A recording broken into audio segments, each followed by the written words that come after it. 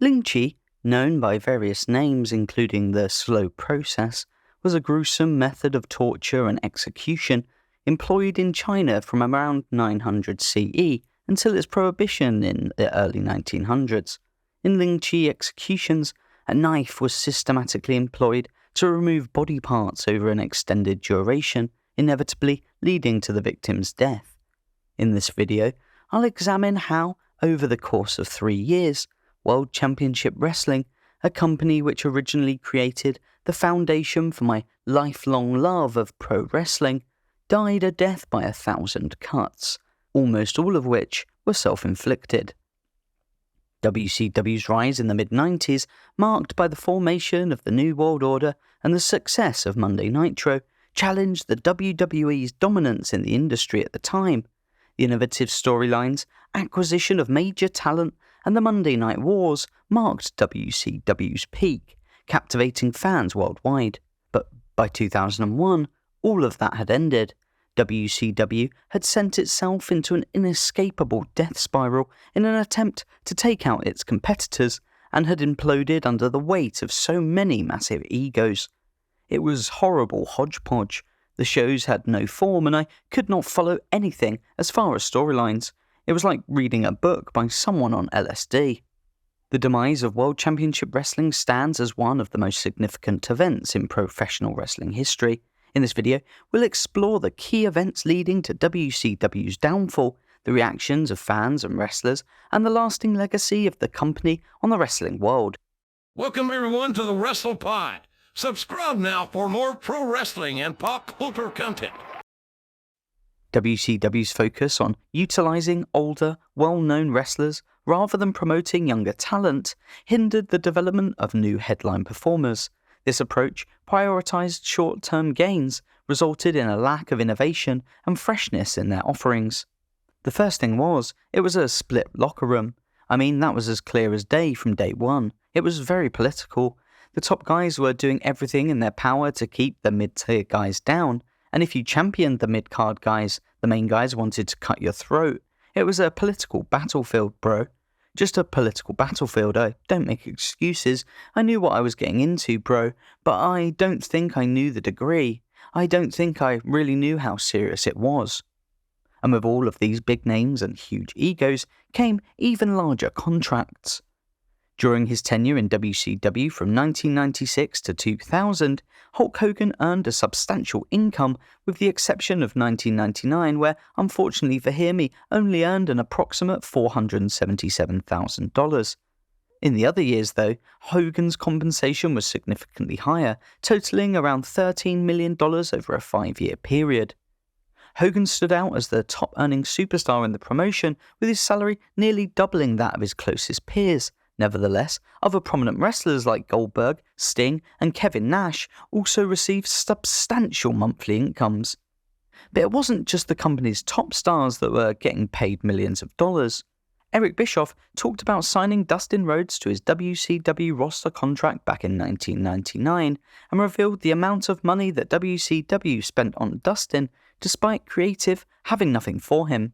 Bischoff stated that Rhodes was given a $50,000 signing bonus and earned $500,000 his first year, $600,000 his second, and $700,000 in his third and final year of his WCW contract. A June 28, 1999 report in the Atlanta Business Chronicle indicated WCW officials' expectations of generating $500 million in revenue for that year, highlighting WCW's popularity at the time. For context, its main rival, WWF, with a profit of $69 million, reported revenues of $373 million in 1999. Assuming WCW maintained a similar profit margin to WWF's 18.5%, their projected profits would have been around $92 million. In 1999, WCW, had it been an independent entity and not part of Time Warner, and achieved these projections, might have had an estimated value of around $3 billion. However, by 2000, WCW reported a loss of $62 million, mitigated somewhat by reducing its roster. The company had been spending heavily on contracts that year, with 157 wrestlers earning over $10,000. While massive salaries for stars like Goldberg and Hulk Hogan could be justified, others like Brian Clark were paid significantly for limited appearances. Ernest Miller earned $318,000 despite losing many matches, and Chris Benoit, recognised for his skills prior to the tragic events of June 2007, earned over $300,000. Meanwhile, Hacksaw Jim Duggan, whose impact on the business was questionable at the time, received $180,000, and Barry Windham, a former world champion past his prime, was paid $358,000. Imagine the Chicago Bulls telling Michael Jordan to go home. We don't need you anymore. Can't imagine? Well, WCW's president Eric Bischoff did just that last year when he attempted to end Ric Flair's career with a lawsuit. Charging breach of contract, the company sued the Nature Boy in April of 1998 for missing a scheduled TV appearance. It was like the Yankees suing Mickey Mantle, said Dave Meltzer, editor of the Wrestling Observer newsletter. Flair, who later countersued, was deeply hurt. He said he had permission to miss the show to watch his son Reed, who was then 10 years old, compete in a national AAU wrestling tournament. It was time to take a stand, Flair said. I wasn't going to let my son down. Instead of letting the incident blow over, Flair said, Bischoff decided to take it to the next level. Fortunately for Flair, his supporters rebelled. Chants of "We Want Flair" filled arenas across the country, and protests were sent to WCW offices. Finally, in September, the two sides settled out of court. Flair, with a 3-year, $2 million contract in hand, was going to continue what he does best, entertaining the fans. By 1998, World Championship Wrestling was running into full gear and signing many famous faces from WWE's past and present roster. When Hulk Hogan's N.W.O. needed a new faction to feud with, and that faction needed a recognisable name to front it, the Ultimate Warrior was given the call. However, the character seemingly still belonged to WWF and Titan Sports, who defended their ownership of the copyright. When I got back to work in WCW in 1998, the reason I went back as Warrior was because as soon as WWF got wind of the fact that I'd been approached by WCW to go to work there, they filed a motion to stop it, saying that I didn't own the rights to the character to be able to do that. The lawsuit didn't start as a thing about who owns the rights to anything, or me changing my name to Warrior so I can continue to be a wrestler. That's all just silly stuff. That's just all urban legends that have been out for years. It started as a breach of contract. So they filed a motion to say that I couldn't do that, and what I did was I went and proved, because of my performances in the business as Dingo Warrior, that I did own those, and the judge agreed that I did. The look, the style, the initial beginnings of Warrior, of Ultimate Warrior as he eventually became, certainly started with Dingo Warrior. Vince had Pat Patterson and Bruce Pritchard file false affidavits saying that they came up with the Ultimate, which is another one of those urban legends that isn't true. They didn't. I came up with it. My first promo I did, my first television appearance in Green Bay, Wisconsin, down in a little studio room when I was cutting a promo about what I was. I said, I'm not this kind of warrior. I'm not that kind of warrior. I am the Ultimate Warrior. That's why today I have Ultimate too, because it all came out of the settlement of the trial, of the litigation. Famously appearing as a figment of Hulk Hogan's imagination in a wacky segment featuring a two-way mirror, the feud culminated in a match between the two at the Halloween Havoc pay-per-view event in 1998, which was widely regarded as a disappointment due to Warrior's apparent lack of in-ring conditioning and a confusing storyline. His poor reception led Warrior to take his frustrations out on those backstage, never managing to find friends in the locker room. Warrior was weird. I didn't share a lot of conversations with him, but I remember when he came into WCW, he was referring to himself in third person around the boys. He was calling himself Warrior. He's talking about himself to the boys in conversation. Following the Halloween Havoc match, the Ultimate Warrior continued to make sporadic appearances in WCW, but never regained the momentum or popularity that he had enjoyed in his prime with WWF. He was often criticised for his limited in-ring ability and his inability to adapt to the changing style of professional wrestling in the late 90s. Almost all the wrestlers who knew the Warrior during this period struggled to find much pleasant to say about his attitude or work ethic. Warrior has since gone on to say that he feels he was only ever contracted to WCW in order for Hulk Hogan to get his win back as retribution for Warrior's success at WrestleMania. In 2000, the Ultimate Warrior was released from his WCW contract, and although he would make a handful of appearances over the next 14 years for smaller wrestling shows, this effectively ended his career as a professional wrestler. Warrior's time in the public spotlight, however, had only just begun. One match that we built up with you and Hogan at Starrcade. The finish of that match is one that's been discussed and debated and... Eric Bischoff said on the Starrcade 97 main event, "We knew what the finish we wanted was before we even got to the building. We knew before we got on a plane. We knew about it months in advance. We knew we wanted Sting to go over. How he went over, he had to go over strong. He had to end the story exactly how the audience wanted it to end, on the highest note possible. That was the finish going in." This one's a little strange, but allow me to explain. 18 months is a long time in pro wrestling, but a year and a half is what the initial meeting between Sting and Hulk Hogan deserved. A slow, drawn-out story which would have fans captivated every week, reaching a peak at WCW's biggest show of the year, and the end of the storyline which would live long in the memory, which it does, for all the wrong reasons. Hell, I was the one that had to say, was that a fast count? That was a fast count. I thought it was going to be a fast count. What the fuck's going on? Sting and Hulk Hogan were the two franchise guys, and the franchise guys were butting heads over what was going to happen.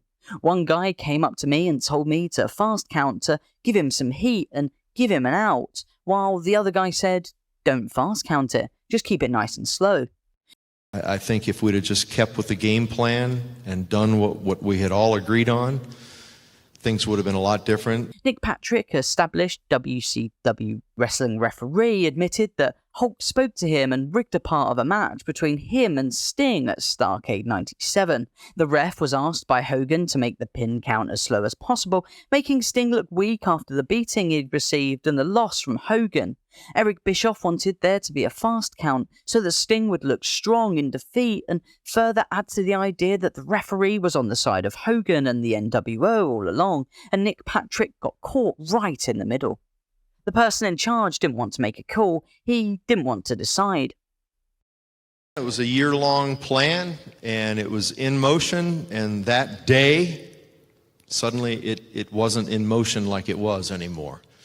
Interrupting Hogan's celebrations, a debuting Bret Hart made his way to the ring and explained the referee's fast count was illegal, declaring himself the ref and making the match restart fairly. It seems pretty straightforward by pro wrestling standards, if not a bit crazy by the real world standards.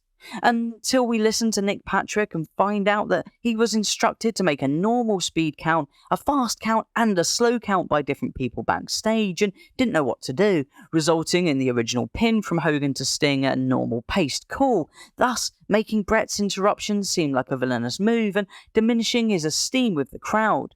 In this moment, Hogan shows how well he understands the subtleties of pro wrestling and how just a small difference in how a match plays out can have huge ramifications moving forward. He showed that he was willing to yet again go behind the back of the performer he was facing in the ring and make unagreed changes in order to make himself look better. As Starrcade went off the air, the fans in the audience and at home were left confused. Bret Hart's debut felt oddly timed and lackluster. Hogan, the villain, seemed like he had been screwed out of his victory, and Sting, the hero, even in victory with the WCW title around his waist, was the one doing all of the plotting. But I think it was due to all the chaos that happened, the hours that, of that day that led up to the match. Nothing felt right, and it led to weeks of uncertainty from the company. The controversy of the finish of the match continued on after the show, and the title belt was made vacant until Sting and Hogan could resolve the debate on who the true WCW champion was. Replays of the referee's count and Bret Hart's actions were played and discussed the following week on WCW television. Scott Hall's career was marked by unfulfilled potential, hindered by personal struggles and substance abuse. He deserved so much better than he got when he moved to WCW. Hall's challenges with alcohol were well known at the time, and in a controversial move, WCW incorporated this into his on-screen character. In 1998, amidst periods of rehab and struggles with alcoholism, WCW portrayed Scott Hall as an alcoholic on television, often appearing intoxicated and with a drink in his hand.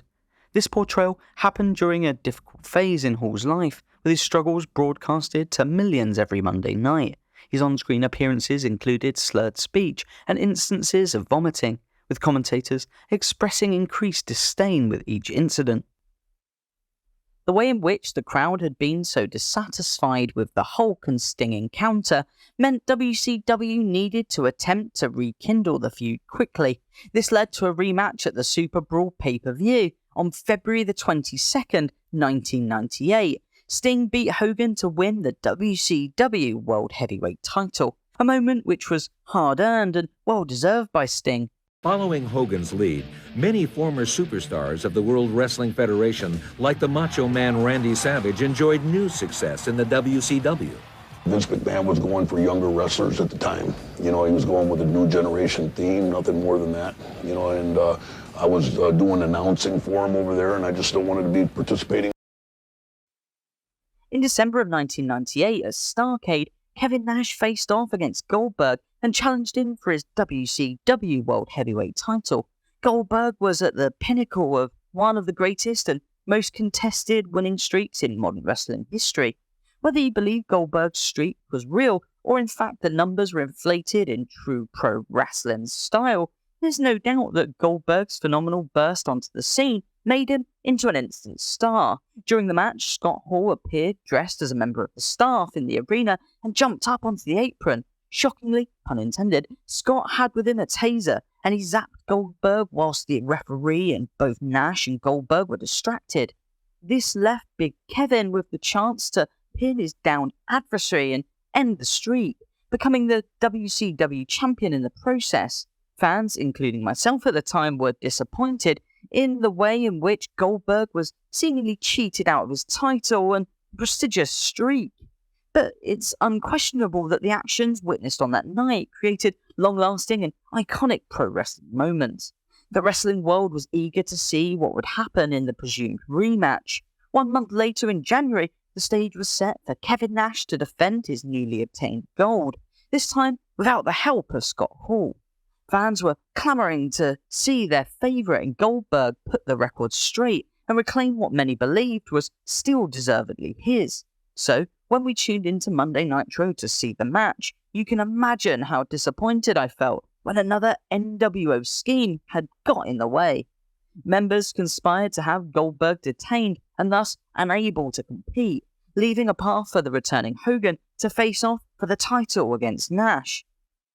Hulk Hogan was one of my least favourite wrestlers in WCW. I also hated all forms of the N.W.O. I was 7. Of course I wanted to cheer on who I perceived as the good guys. So instead of getting to see Nash destroyed at the hands of the rather exciting Goldberg, I was stuck watching two wrestlers who I didn't much care for in a match I didn't really want to see. However, as many of you probably already realise, things for little chubby 7-year-old me were about to go from bad to much, much worse. Hogan poked Nash with a single finger. Nash collapsed in an over-the-top and theatrical fashion, and the crowd's palpable excitement is popped. The fans dropped their arms and opened their mouths in confusion. Some of them probably didn't see the quick flick of the pinky from Hogan, and those who did were surely not aware of why it had caused such a reaction from Nash. Before anyone had time to process what they had just seen, Hogan laid upon his downed opponent and claimed victory in the WCW title. A few hardcore Hogan fans celebrated briefly amongst a crowd of bewilderment. As Scott Hall and Scott Steiner climbed into the ring, Nash and Hogan regained their feet. All four men hug in celebration as it becomes clear that the men were all in on this together. I could not have been more unhappy with this outcome as a child. Even with the explanations coming from commentary, I was confused. I could not work out what had just happened, which made me upset. A moment which will go down in infamy as one of the most controversial occurrences in all of pro wrestling history broke my 7-year-old brain. Now in hindsight, I can see it as both one of the most brilliant pieces of storytelling in order to create hatred towards a set of characters, and also a moment which fundamentally undermines the entire foundation of the pro wrestling industry. It was a clear reminder to children around the world that nothing you see within the ring in WCW was spontaneous, with the combat being choreographed and every story scripted. Whatever you feel about the finger poke of doom, it's hard for me to think of a more memorable moment from my time watching WCW in the UK as a kid. For me, no matter how much mental anguish it caused me when I was younger, it will forever be iconic because of that. Followed by the Beach Brawl Battle Royal on MTV in March of '99. This led to collaborations with various musical groups, including Megadeth, the Insane Clown Posse, the No Limit Soldiers, the Misfits, and even Kiss, which introduced the character of the Demon. It may have worked in 1985 during WWF's Rock and Wrestling Connection, but times had changed. These musical features were aimed at drawing attention, but they often alienated viewers who were not fans of these bands or just wanted to watch wrestling when they put on a wrestling show, leading them to switch over to watching Raw instead. A notable instance was when Kiss performed on Nitro on August the 23rd, 1999, resulting in the show's rating falling below 3.0 for the first time in over a year and way below Raw. Curt Hennig, renowned for his exceptional athleticism in professional wrestling, however, his time in WCW saw him not receiving the spotlight he deserved. The year '99 is a prime example of this. Hennig initially found himself relegated to the less prominent black and white faction of N.W.O. Then, without clear reasoning, he was abruptly removed from the group. Following this, Hennig teamed up with Barry Windham. Together, they captured the WCW World Tag Team titles, but they were soon part of the West Texas Rednecks, along with Kendall Windham, Bobby Duncombe Jr., and Curly Bill, or Virgil. The West Texas Rednecks are best remembered for their two music videos, Rap is Crap and Good Old Boys. This gimmick was poorly received and served to underscore WCW's failure to effectively utilise their top talent, including Hennig. Mr. Perfect wasn't the only wrestler who didn't fully realise their potential within WCW's ranks. Although he managed to secure the title once again in '96, by the end of 1998, the Giant's role had diminished, relegating him to a more secondary position. Despite his size and presence, it appeared that Kevin Nash received more prominent billing as a big man, even though the Giant was arguably more athletic. After being ousted from the NWO in early 1999, the Giant allowed his WCW contract to lapse. Paul White then emerged in WWE as The Big Show, debuting at the St. Valentine's Day Massacre on February the 14th of 1999, during the main event between Vince McMahon and Stone Cold Steve Austin. While The Big Show had periods in WWE where he was used in lesser roles, his status as a major wrestling star is undeniable. WCW's loss of Big Show in February was a significant blow, marking the beginning of a series of challenges that the company would face with its roster. Chris Jericho's exceptional talent was evident during his time in WCW. However, for reasons unclear, WCW did not capitalize on his potential as they should have. In 1998, Jericho developed an engaging character and a compelling conspiracy storyline, setting the stage for a potential showdown with Goldberg. This momentum seemed poised to propel him to stardom later that year. Despite these promising developments, WCW's management limited Jericho to a mid-card role, failing to elevate him to the higher echelons of the roster. This oversight became particularly apparent on August the 8th, when Jericho made a significant impact during his debut in WWE. He appeared by boldly interrupting a promo from The Rock, immediately establishing himself as a major star in the company. By March of 1998, WCW's rivals were beginning to make Stone Cold Steve Austin their main star, with this change brought with it increased viewership and higher ticket sales, something which directly damaged the bottom line of executives inside World Championship Wrestling. To fight back against the momentum beginning to gather inside of WWF, decision makers at WCW pushed Monday Nitro to 3 hours in order to sell more advertising slots. The biggest night on TV is getting bigger. Raw is now 3 hours every Monday at 8. This 3-hour show has since been preferred by WWE in the modern day, a change which many of the show's detractors online say is a leading issue in the declining quality of WWE's weekly shows in the modern era. And even back then, going from a 2 to 3 hour weekly show caused a steady but noticeable decline in quality, as the material in each program was either spread thin to accommodate the longer time slot, or in many cases simply meant that WCW were forced to present fans with lower quality matches to fill the time. This was an issue which was only worsened when WCW executives decided to add another show to their weekly lineup. On Thursday nights, they would display their brand new Thunder show in August, with the idea that eventually the N.W.O. would grow large enough in order to create a second roster to fill out Thunder's airtime. During this comeback, Flair notably reassembled the Four Horsemen, bringing together Steve McMichael, Dean Malenko and Chris Benoit to revive the iconic group. Following his return, Flair engaged in a prolonged feud with Eric Bischoff. This rivalry was marked by several intense encounters, including Flair frequently targeting Bischoff's eyes. The feud reached a peak at Starrcade in December of '98, where Flair and Bischoff faced off in a match. Bischoff emerged victorious thanks to interference from Henck, a former Horseman. The storyline continued to escalate the next night on Nitro in Baltimore, where Flair, in a dramatic twist, threatened to leave the company. He demanded a match against Bischoff with high stakes, the presidency of the WCW.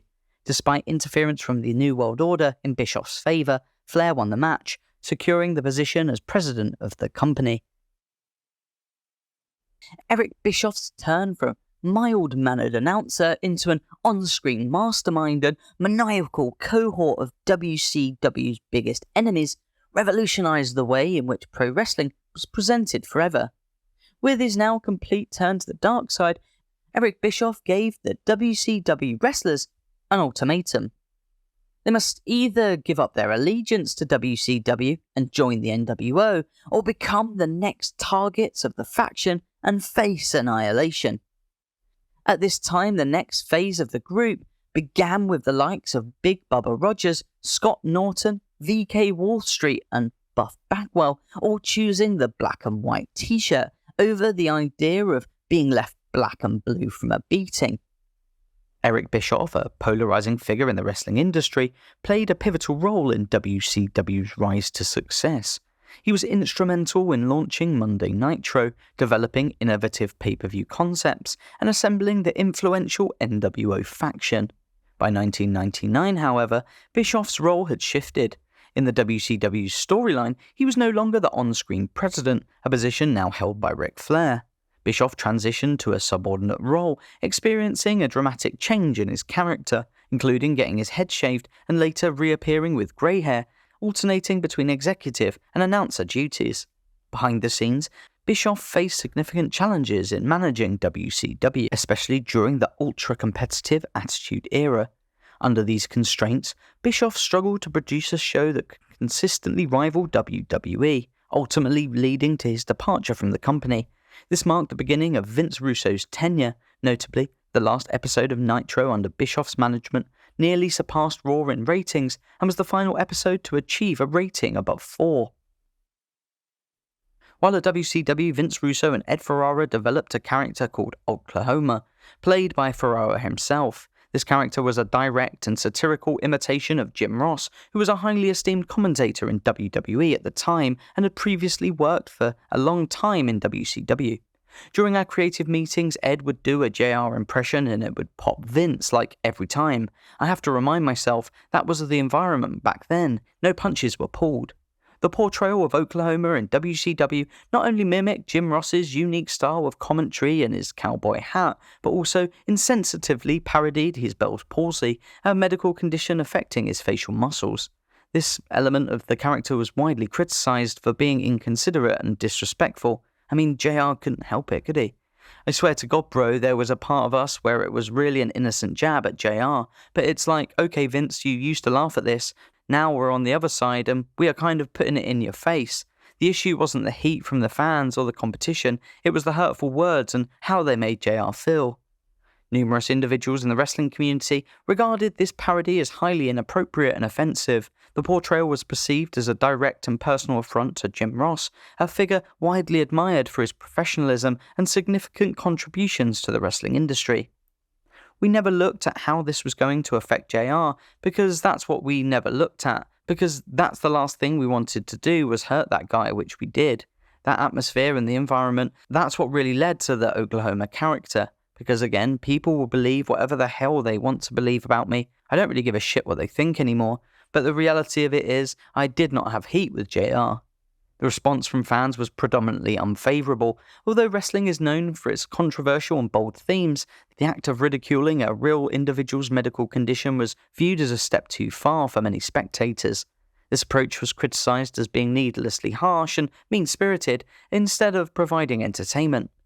Bro, I worked in a sea of sharks. I worked in a world of liars and con men and carnies that would do whatever they had to do to get ahead. They would lie, they would beg, they would steal, and they had no moral compass. JR was the one guy that was always 100% honest with me to my face, nothing behind my back, no political posturing, none of that. That was almost impossible at the level he was at, none of that. That's why I love the guy to this day. This episode significantly tarnished the reputation of Vince Russo and Ed Ferrara amongst many wrestling fans and professionals within the wrestling community. Their portrayal of the Oklahoma character, a caricature of one of wrestling's most beloved figures, this incident highlights the questionable creative decisions during Russo's time in WCW and contributed to the increasing dissatisfaction with WCW's programming. It stands as a stark reminder of how wrestling storylines, in their quest for shock value or ratings, can sometimes overstep ethical and moral lines. Vince Russo frequently liked to use non-wrestlers in major storylines and matches during his time in WCW, and one fateful night on April the 12th, 2000. The week of the show, in the creative meeting, the decision was made. The people in the booking meeting all thought the same. The goal was to get as many eyeballs as possible on the show. Everybody on the creative side was looking at it as a TV show rather than a wrestling show. I put the WWE title on Vince McMahon, the WCW title on David Arquette, and another WCW title on Eric Bischoff. Why? We are looking to create stories not for the wrestling fan, but for the casual wrestling fan. In 2000, David Arquette, known for his acting career, collaborated with WCW on several appearances. This partnership was part of a cross-promotional effort to promote the movie Ready to Rumble. Both WCW and Warner Brothers, the distributor of the film, were under the umbrella of Time Warner, facilitating the collaboration. Vince Russo saw the opportunity to leverage Arquette's popularity at the time. As a devoted fan of pro wrestling, David Arquette had reservations about the storyline he was to be a part of in the company, which included him winning and defending the WCW World Heavyweight Championship, the organization's most esteemed title, in a pay-per-view main event. The storyline was met with negative reactions, and critics later labelled it as one of the worst moments in professional wrestling history. Furthermore, this crossover seemingly did nothing to boost the viewership of either Ready to Rumble, the film, or WCW, the wrestling brand. I went down to the bar and I'm sitting there, and I forgot the wrestler's last name, but his name was Hugh, and he came up to me and I said, "Did you hear? I just won the championship." He said, "Are you kidding me?" I said, No. He says, "This business. I hate this business. I can't believe this stupid business." And he stormed off, and that was the first cue that people were pissed about this. Russo's decision to have David Arquette win the World Heavyweight Championship might not have seemed like a wise move. While the ratings reflect a broader decline, Arquette's championship win seemed to indicate more frustration amongst dedicated wrestling fans than it did harm to WCW's already waning brand. Interestingly, although Russo was responsible for incorporating the title change into the storyline, it was apparently Tony Schiavone who originally came up with this terrible idea. Leading up to the Uncensored show, Hogan and Randy Savage were embroiled in a game of one-upmanship, as each trying to show that they were the best wrestler in the NWO. This led to a steel cage match where the pair attempted to settle the score once and for all, but no victor was declared on the night. After the match, Randy Savage declared that Hulk Hogan and his fellow NWO teammates were conspiring against the Macho Man. In the main event of Uncensored, Scott Hall attempted and failed to take Sting's WCW belt away from him. It was around this time that Kevin Nash and Hulk Hogan began to show that their clear differences were beginning to have a strain on the group. When Hogan attacked Nash after they had wrestled as tag team partners, it was clear for the world to see. When it came time for Hulk to once again challenge for the N.W.O title, it was now held by his fellow group member and longtime rival Randy Savage. Are you guys good guys? Are you bad guys? Everyone's hitting everybody with chairs? Right, we're just whatever we are. Just kind of like a rebel group of people. It's like Jesse James, Doc Holliday, Billy the Kid, all banded together, and sometimes we get along and sometimes we don't. During the match, Kevin Nash came out to powerbomb Hogan as retribution for the Hulkster's recent blindside attack. But as Bret Hart managed to lay the limp Hogan's arm over the also seemingly unconscious Savage, Hogan won back his WCW title. At this moment, the first major fracture within the New World Order tore the entire group apart. These are the decisions made by the creative think tanks in wrestling.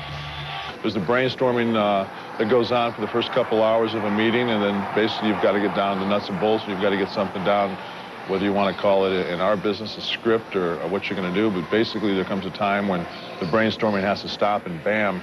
From his heyday in the 80s, Hulk Hogan says he's down 70 pounds and now steroid-free, but that some of his fellow wrestlers are not. I don't think it'll ever go away completely as long as there's a competitive nature in any type of physicality and there's a competitive edge to be gained. I think whether it's legal or illegal, some people will cross that line or step up to that line to gain that advantage. Melanie Pillman says it was Hulk Hogan who told Bryan he could obtain HGH from Dr. Edmund Chen at the Life Extension Institute. And a former wrestler who wished to remain anonymous says Hogan recommended Chen to many wrestlers. The NWO Wolfpack was during the Monday Night Wars. That was during a time the business with WWE and us was at its peak. That was a fun time. I have great memories of that. In April of 1998, Kevin Nash and Randy Savage came to the ring and were joined by Conan, Miss Elizabeth, Curt Hennig and Rick Rude. They were the NWO Wolfpack and would be identified by their classic NWO t-shirts. Instead of the classic white and black, wore red instead. In 1998, the talk of the WCW wrestling fans was surrounding the ongoing feud between the NWO Red and Black Wolfpack and the original black and white Hollywood NWO. So, in order for NWO to have their own show and have their own roster to deep enough to sustain a 2 or at some point 3-hour show, there had to be more NWO members and eventually peel off and turn on the original NWO and all that kind of storyline. I was building up the NWO roster so I could eventually have WCW on Thunder, NWO on Nitro, and have my two companies, so to speak, battling each other. Good idea? Bad idea? Doesn't matter at this point, but that was the idea. It's a very physical sport. It's entertainment at its best, but at the same time, sometimes you're expected to jump out of the grandstands into a Dixie cup, without water. From Vince Russo joining the company in 1999 to the closure of the company, 29 different title reigns occurred, including a few vacancies. The longest reign during this time was Scott Steiner, holding the belt for 120 days before losing it to Booker T on the final episode of Nitro.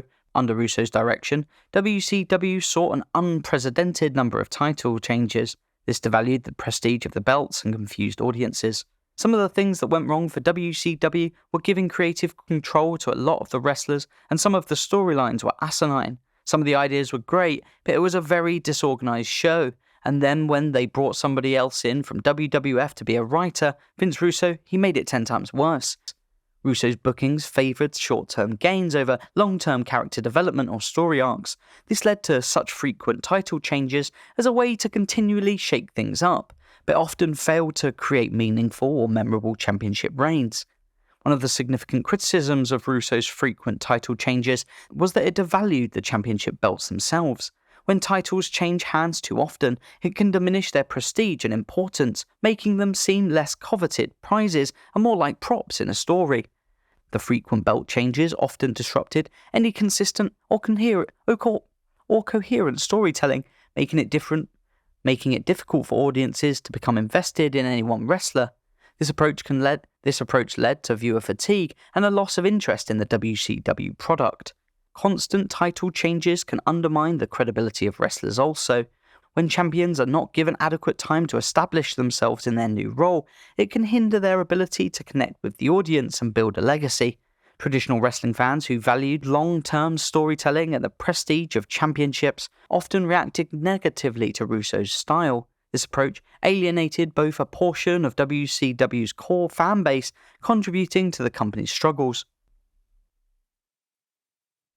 By the end of the NWO's run in WCW, they had seen 41 members wear their t-shirts and announce that they were N.W.O. For Life. That's an entire wrestling company's roster, all aligned to a single faction, albeit one that was split into several different versions. Here is a brief list of every single member. Well, I say brief, it's 41 people. Scott Hall, Hulk Hogan, Kevin Nash, Randy Savage, The Giant, Lex Luger, Shawn Michaels, The Great Muta, Curt Hennig, Booker T, and Dusty Rhodes, Eric Bischoff, Scott Steiner, Bret Hart, Rick Rude, Sting, Jeff Jarrett, Buff Bagwell, and Torrie Wilson, Scott Norton, The Disciple, Louis Spicolli, Ted DiBiase, Fake Sting, Vincent, Michael Wall Street, Dennis Rodman, Kyle Petty, Ron and Don Harris, Big Bubba Rogers, Stevie Ray, Disco Inferno, Nick Patrick, Masahiro Chono, Miss Elizabeth Six, Conan, Horace Hogan, Brian Adams, and fucking David Flair. It can be hard to really wrap your head around. This list contains some of the most iconic and influential performers to ever step between the ropes. Great Muta is one of the defining faces of the 80s and 90s in Japan and revolutionized the idea of horror and mysticism in pro wrestling. My name is Conan. In Mexico, I'm known as Conan el Barbaro. I wrestled for just about every major promotion in the world. I have 3 decades wrestling, promoting, discovering talent, mentoring talent. Conan went on to found AAA in Mexico and reinvigorated the Lucha Libre scene with his involvement in Lucha Underground. Dusty Rhodes was instrumental in the early days of NXT in the development of characters within that brand. Booker T led the way for African-American performers both in WCW and WWE, and now with his own wrestling chain and gym. Shawn Michaels, Mr. WrestleMania, is widely thought to have had some of the greatest matches in pro wrestling history and was an enormous part of the WWE's success during the Attitude Era and beyond. Jeff Jarrett started the promotion TNA, and although it went through some rough patches, has been revived like a phoenix in the modern era. I don't want to say it can't happen, because anything can happen in the wrestling business, but it would take a special dynamic. There were only 5 of us, and we never washed it down. NWO ruined themselves by letting everyone join. I think there were something like 350 members, right? There were 5 members of DX, and we all clicked and we all knew our positioning. We worked together to make something special, and we knew how to feed off each other to make it work. However, there is a downside to the NWO collating this huge roster of stars. The original idea of 3 members meant that each member had their role and knew how to play it at times perfectly. Hogan was the frontman. He would regularly be in the main event of shows and challenge for the company's top belt. Nash and Hall initially played 2 roles. They were Hogan's right and left hand. They supported his effort to be the top champion in WCW, whilst at the same time remaining both regularly challenging for the tag titles and often featured alongside Hogan in the pay-per-view main events. All 3 men charismatic and entertaining in their own ways, with clear differences, allowing new audiences to clearly define their roles. With almost 50 members, this feeling was destroyed. Be honest, how many of the members which I named in the previous list do you know for certain were in the NWO at some point? Okay, that's easy enough, but could you remember when they joined and to which factions they were a part of? So many forgettable members of the NWO throughout its history is one defining factor in the downfall of the group, and in part the company which it had been so instrumental in making popular. I don't play well with others. I never really wanted that. I remember coming back in '98, one of the suggestions was for me in the NWO, and I was like, absolutely not. There's 15 guys in the NWO. They don't need me, and I don't need them.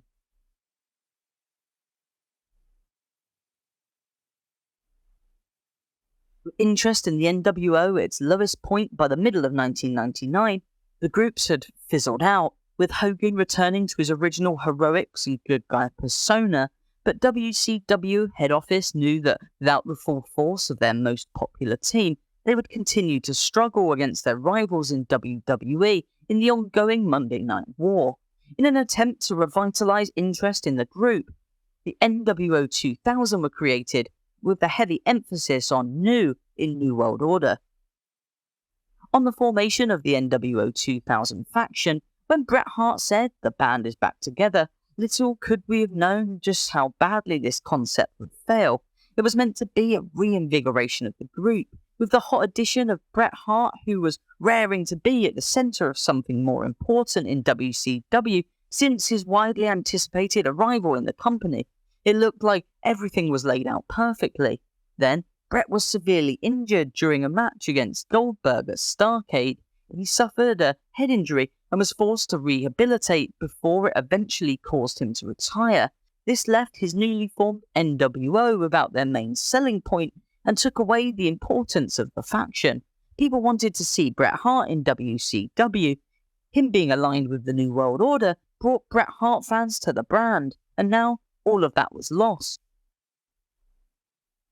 The final night of WCW Nitro, which took place on March the 26th, 2001, was a pivotal moment in the history of professional wrestling. It was a night filled with emotion, sadness, and had a profound impact on the wider wrestling landscape. The emotional atmosphere of that night was palpable. Many wrestlers, behind-the-scenes staff, and fans had been a part of WCW for years, and there was a deep sense of nostalgia and longing as WCW eventually came to an end. Wrestlers who had spent a significant part of their careers in WCW, such as Booker T, Diamond Dallas Page, and Sting, were visibly emotional during their final appearances on the show. The uncertainty of the future weighed heavily on the minds of those involved, as WWE had purchased WCW, and there was a sense of what this meant for their careers. Flair lost the final match of Nitro to Sting, recreating the second match of Nitro in 1995. Nevertheless, Flair has repeatedly stated in various interviews how happy he was when WCW finally closed down, although at the same time, the fact that many people would lose their jobs had saddened him. As we watched Flair's emotional final match against Sting, an echo of so many classic battles, it was not just the end of an era for World Championship Wrestling, but the closing of a significant chapter in the story of a man who lived and breathed wrestling. Ric Flair's influence continues to resonate today, inspiring new generations of wrestlers who look to the Nature Boy as the gold standard of what it means to be a legend in the squared circle. Following their success during the Attitude Era and victory in the fabled Monday Night War, this wrestling behemoth was still exploding in popularity. Mere days after it was announced that Vince had purchased WCW, a simulcast took place where both companies' shows would air simultaneously under the ownership of WWE. However, on the night, just as Vince was celebrating his business strategy, his son Shane came across the airwaves from the WCW portion of the show. As the program went off air, Shane explained that when Vince was about to purchase the company, Shane managed to somehow sneak in and alter the WCW contract. Where the new owner's name was found on the paperwork, it did say McMahon, but to the shock of audiences around the world, it said Shane McMahon. This led to the beginning of the invasion of Vince McMahon's company at the hands of their long-term Monday Night War rivals. The end of WCW Nitro marked the end of the Monday Night Wars, a fierce rivalry between WWE and WCW. With WCW's closure, WWE became the one dominant force in the wrestling industry. The closure of WCW Nitro marked the end of an era in professional wrestling. WCW had been a major competitor to WWE for years, and its demise consolidated WWE's position as the premier wrestling promotion around the world. The final night of WCW Nitro was a somber and emotional moment. It marked the end of a major wrestling promotion and had a profound impact on the industry as a whole. The nostalgia and sadness felt by those involved and the wrestling community as a whole served as a poignant reminder of the ever-changing nature of the wrestling landscape. Over the next few years, we saw the likes of Mick Foley, William Regal, and even Stephanie McMahon take up the role of opposing manager to Vince McMahon. The New York Times reported, "SmackDown, Ted Turner's wrestling career is over." In what may be the ultimate plot twist in wrestling's ever-vicious soap opera. World Wrestling Federation Entertainment Inc. said yesterday that it would buy its most reviled rival and Mr. Turner's pet project, World Championship Wrestling, a unit of AOL Time Warner. The deal may put wrestling characters like The Rock and Hulk Hogan in the same ring. It also means that many of the wrestlers who defected from the World Wrestling Federation to its rivals to escape the wrath of the Federation's outspoken chairman, Vincent K. McMahon, will again become part of his circus-like empire. While the Federation refused to say how much it paid for its competitors, an executive close to the transaction says it was in the low 8 figures. Analysts estimate that the WCW, which has recently been plagued by deteriorating ratings, lost as much as $80 million last year. The question now became, who is WWE going to hire? The older guys were a little nervous. Some of their contracts had these crazy stipulations for insane amounts of money. It would have been impossible to bring them in. I think it's important to be taken seriously as an entertainment company, and we are that. And we have wound up to be the only entertainment company of its kind still in existence and flourishing.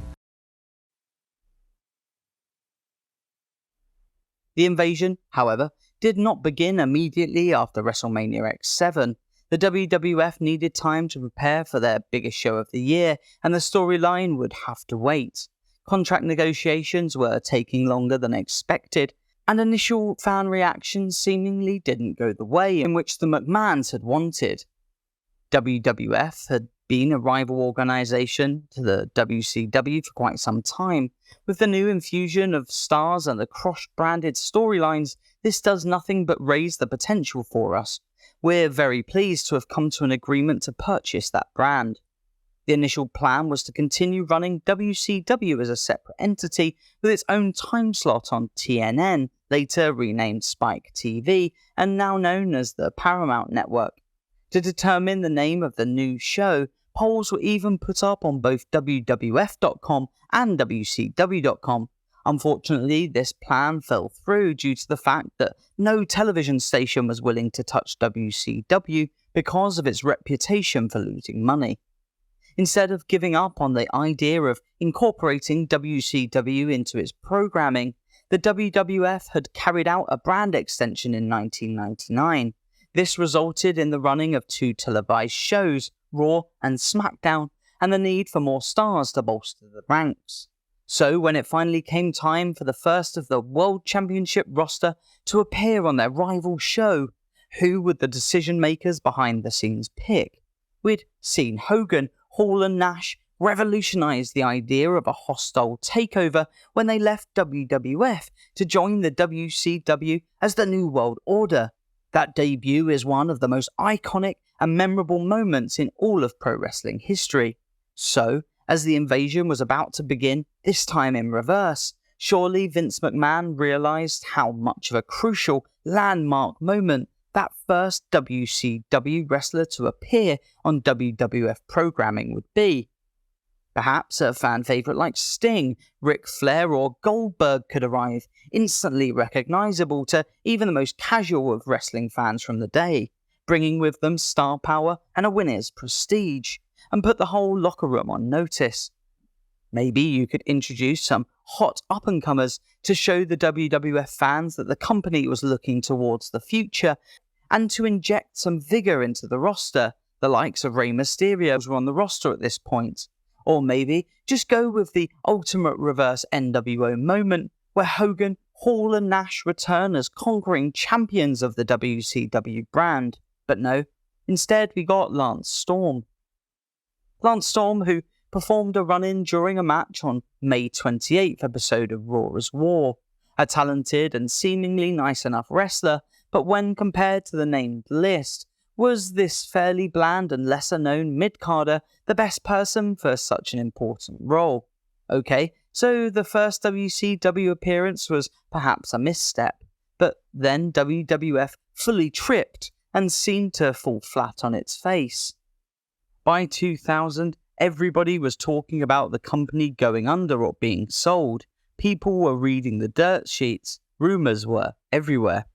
Hugh Morris made his WWF debut on the June the 4th episode of Raw is War by attacking Edge. Completely unannounced and to the cheers and boos of the crowd in attendance, Morris climbed the top rope with his foe on the mat and performed a beautiful moonsault. The technical prowess of the move was seemingly all this debut had to offer though. Hugh Morris, a man with a pun name and almost nothing else memorable about his character. Excellent, what a start. Mike Awesome was not a man of fierce loyalty to any one particular wrestling promotion. He had recently abandoned his role as ECW World Champion and left to join what he saw as greener pastures in WCW. Awesome is related to Hulk Hogan and felt he would receive favourable treatment in the new company because of it. However, shortly after his arrival in World Championship Wrestling, the company was bought by the WWF, and now here we are. Mike Awesome, a huge lump of a man who had made a name for himself against wrestling purists with his hard-hitting powerbombs and ridiculously sickening chair shots. He was now running down a backstage walkway under an arena and flattening the WWF Hardcore Champion, Rhino, blindsiding him and snatching the WWF belt away from his fallen enemy. Mike Awesome posed proudly with his new championship in a company which he wasn't officially signed to. Oh, the joy of the invasion and the 24/7 Hardcore Championship rule at this time. We knew something was coming, but I always thought that we were going to get a reprieve, a lifeline. At King of the Ring on June the 24th, then WCW wrestler Booker T interfered during the Triple Threat main event match for the WWF Championship, nearly costing Stone Cold Steve Austin the title, a confrontation which finally felt fitting for such a big occasion. The next night on Raw, which was held in New York City's Madison Square Garden, Booker T had spoken as the WCW champion on the last ever episode of Monday Night Nitro, in a moment which saw him lacking confidence and his now well-recognised charisma. However, as he appeared from behind the unaware Vince McMahon, things were different. The crowd exploded as the owner of the WWF was sent crashing to the mat by a scissor kick and then pummeled by Booker T's quick beatdown before the final flourish from the WCW champion and a trademark spinneroonie. This incident marked the official start of the Invasion storyline, with Raw is War commentator Jim Ross announcing the battle lines have been drawn. On June the 28th, 2001, WCW Tag Team Champions Chuck Palumbo and Sean O'Haire made their WWF debuts by invading SmackDown by attacking the Hardy Boys and the Dudley Boys during a tag team match before fleeing after WWF wrestlers came out after them to the ring. Despite the initial animosity towards the WCW product and talent, WWF attempted to integrate them by giving WCW the final 20 minutes of the July 2nd episode of Raw, with Scott Hudson and Arn Anderson as the announcers in place of Jim Ross and Paul Heyman, during a match between Buff Bagwell and Booker T for the WCW Championship. WWF wrestlers Kurt Angle and then WWF champion Stone Cold Steve Austin interfered in retaliation by beating Booker T up, with Bagwell joining Angle and Austin by attacking Booker T. Unfortunately, this match was not well received by the audience in attendance at the Tacoma Dome in Tacoma, Washington, with some online calling it the worst match ever. Due to the negative reaction from the core WWF viewership towards the WCW product and talent, coupled with the fact that a World Championship Wrestling program tailored to appeal to a WWF fan base would not come to fruition, the entire WCW contingent was abruptly turned heel. This was a departure from the original plan of having WCW talent strictly attack heel WWF wrestlers.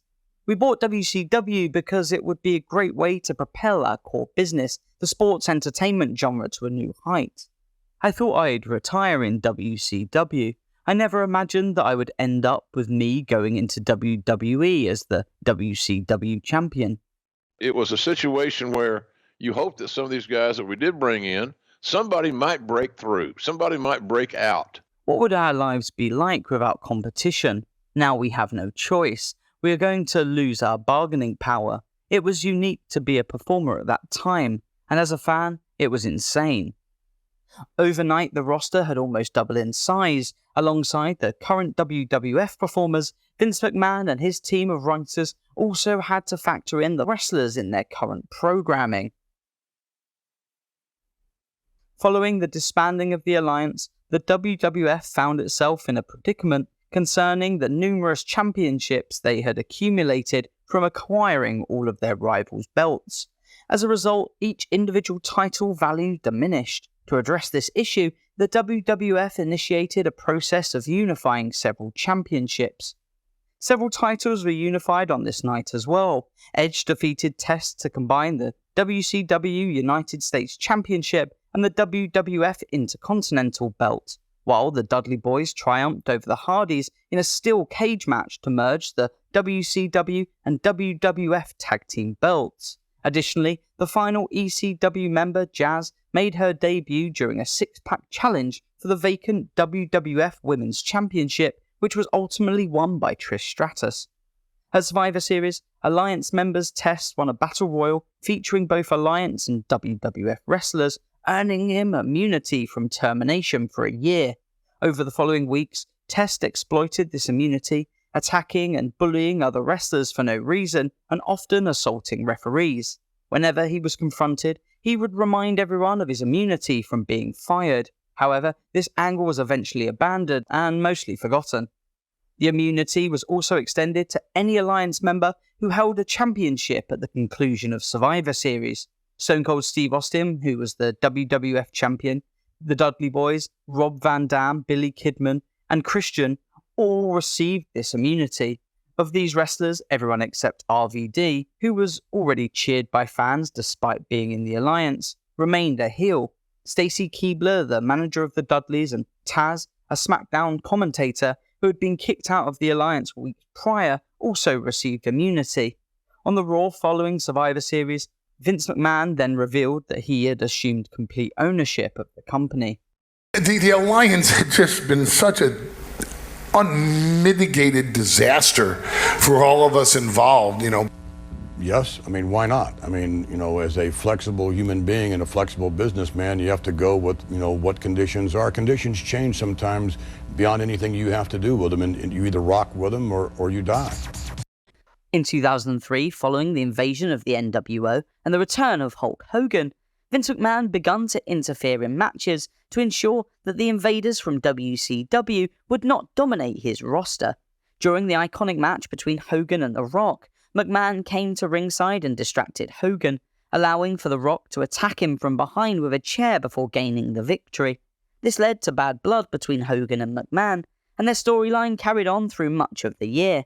When it came time for the pair to finally oppose one another in the ring, WrestleMania proved to be the most fitting of stages. After all, if you go back to the very beginning, WrestleMania 1, almost 2 decades prior, an event set up in Hogan's name and used as a tool to promote the company's top star, created and funded by Vince McMahon. The pair's careers diverging and combining over the course of almost 20 years to finally come toe-to-toe on the stage which they were both instrumental in the founding of. Magical moments like these are few and far between, so regardless of my personal feelings on the two men and the quality of their match, it is hard to argue with the magnitude of this encounter. Despite the intense action and rivalries during the invasion, the WWF ultimately emerged as the dominant force, successfully thwarting the Alliance's attempt to seize control of the wrestling world. During the storyline, there was a pattern of WWF wrestlers consistently defeating their ECW and WCW counterparts in interpromotional matches, often securing clean victories. Conversely, most of the Alliance's wins were tainted by controversy, involving interference and disqualifications. This discrepancy in outcomes led to critics pointing out the overemphasis on Steve Austin, as he seemed to be the sole credible superstar within the Alliance, and, after all, he was actually a WWF wrestler. Matt Hardy expressed the sentiments of WWE talent regarding the invasion, stating, Man, everybody in WWE hated it. I mean, we know it wasn't good for the industry. We knew it wasn't good for the talent. He further noted that the acquisition of WCW and the subsequent demise of ECW diminished their leverage in negotiation for better deals and compensation. A prominent example of this disparity was evident during the inaugural brawl at the Invasion pay-per-view, while Steve Austin's pivotal role in the match secured a WCW and ECW victory over the WWF. Slam Wrestling noted that the performance of the Alliance fell short compared to the WWF wrestlers. They highlighted how the Alliance was depicted as disorganized and inferior, often executing mistimed moves that inadvertently harmed their own teammates. In contrast, the WWF squad was portrayed as a cohesive and well-coordinated unit. The portrayal of the ECW and WCW wrestlers as weak and reliant on double-teaming and underhanded tactics sent a clear message that they were not on the same level as their counterparts. Speculation arose regarding their motivation behind this imbalance, suggesting that Vince McMahon sought to avoid portraying the WWF as weak in its battle against the Alliance. McMahon had fiercely competed with WCW in the Monday Night Wars, and it's likely that he was unwilling to present the rival brand as equally formidable. As Smash Wrestling pointed out, this could explain why WWF wrestlers needed to defect to the Alliance, as it created the illusion of a credible threat to the WWF's dominance. From 2001, when Vince soon realised that in order to better manage the enormous roster he was now the sole owner of, he would need to split the company into two separate and competing brands, with WWE SmackDown and Raw to air as rival programs with rival rosters. The brand split meant that, in opposition to the dastardly McMahon character, the other show would be run by another on-screen manager. The utilisation of WCW talent was a significant issue with the Invasion angle.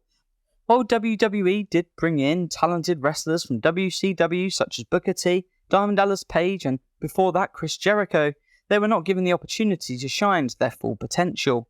This lack of credibility and excitement could have been addressed by providing these wrestlers with prominent storylines that positioned them as legitimate threats to WWE's top stars. One approach to improving the angle would have been to emphasise the experience and accomplishments of the WCW wrestlers. Given that the company had been a prominent promotion for over a decade, many of their wrestlers had achieved championships and competed in high-profile matches. Recognising and highlighting these achievements would have added credibility to the WCW wrestlers, making fans more invested in their characters and viewing them as formidable competitors. Perhaps Hulk Hogan and his cronies' act had worn completely thin and you were desperate for something new. Or maybe it was Vince Russo's wild storylines and nonsensical characters which truly turned you away in the late 90s. But behind that, you have hundreds of creative people working hard each week to bring us, wrestling fans, a show to be entertained and amazed by. From those operating the sound equipment, lighting rigs and cameras, costume designers, theme music creators, referees, announcers and commentators, as well as a host of our favourite on-screen talent, all lost their jobs when WCW collapsed. It not only ended a significant era in professional wrestling, but also profoundly influenced the industry's future. While WCW's demise led to the temporary monopoly of WWE, it also set the stage for the emergence of new wrestling promotions and a re-evaluation of wrestling entertainment. WCW's legacy, both positive and negative, remains a pivotal chapter in the annals of wrestling history. The company will always hold a special place in my heart, a wrestling brand that got me hooked into this weird world of sequins and suplexes all those years ago, and one that, without, I probably wouldn't be here talking to you now. So for that, I'm eternally grateful. Thanks for watching.